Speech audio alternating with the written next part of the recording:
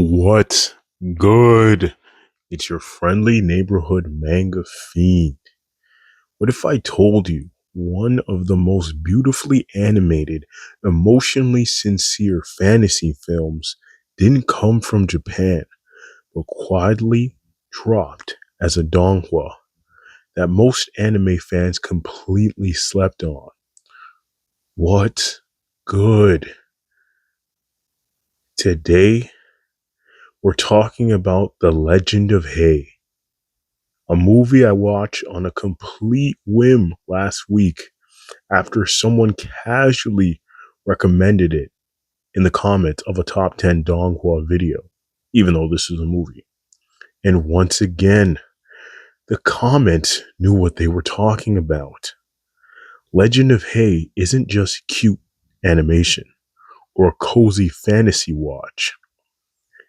It's a story about displacement, coexistence, and learning that the world isn't as black and white as it first appears. Wrapped inside some of the cleanest, most fluid hand-to-hand combat animation you'll ever see. This movie is lighthearted, yes, but it's also surprisingly thoughtful. The story follows Xiao Hei, hopefully I'm saying it right, a young cat spirit forced to leave his home due to human deforestation. Homeless and confused, Xiao Hei drifts into the big city, where he eventually meets a powerful spirit named Storm End. This is where I'm just going to use the English names that were presented in the subtitles.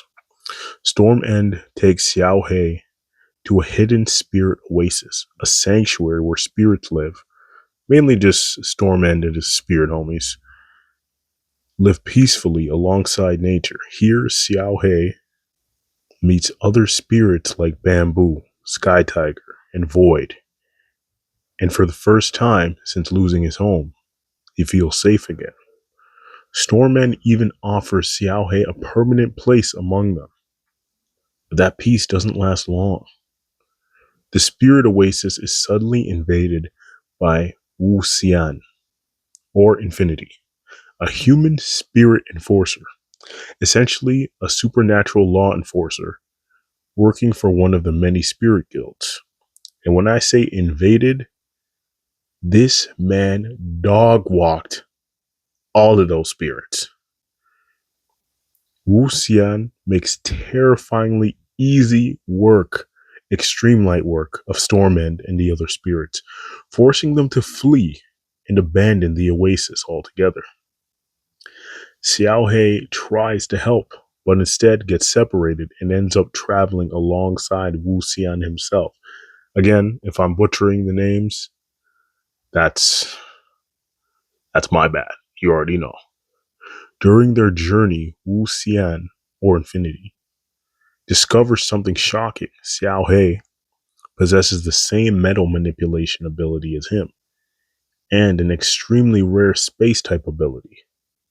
Recognize Xiao Hei's potential, Wu Xian offers to take him on as an apprentice. At first, Xiao Hei refuses, but with nowhere else to go, he begins training under the very human he once believed represented everything wrong with the world. At the start of the movie, Xiao Hei believes humans are inherently destructive, beings who only take, invade, and erase spirit land. But traveling with Wu Xian forces him to confront that belief. He sees humans who protect balance, spirits who abuse power, and the systems that exist not to dominate, but to prevent chaos. By the end of his journey, Xiao Hei doesn't abandon his identity as a spirit. He evolves his understanding of coexistence, and that growth feels earned, not forced. And somehow I've talked about all this time without mentioning the fight sequences. Legend of Hei's combat is incredibly fluid, grounded yet expressive, and visually readable even at high speed. But I'm not going to lie, the subtitles are hella fast.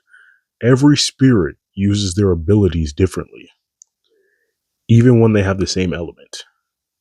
And the background aesthetics elevate each fight without overwhelming it. This hand-to-hand combat, done with clarity, weight, and personality, even mainstream anime sometimes struggle with. I'll stop here. Even though this movie has been out for 7 years, over 7 years, it deserves way more attention than it gets. And the sequel came out last year.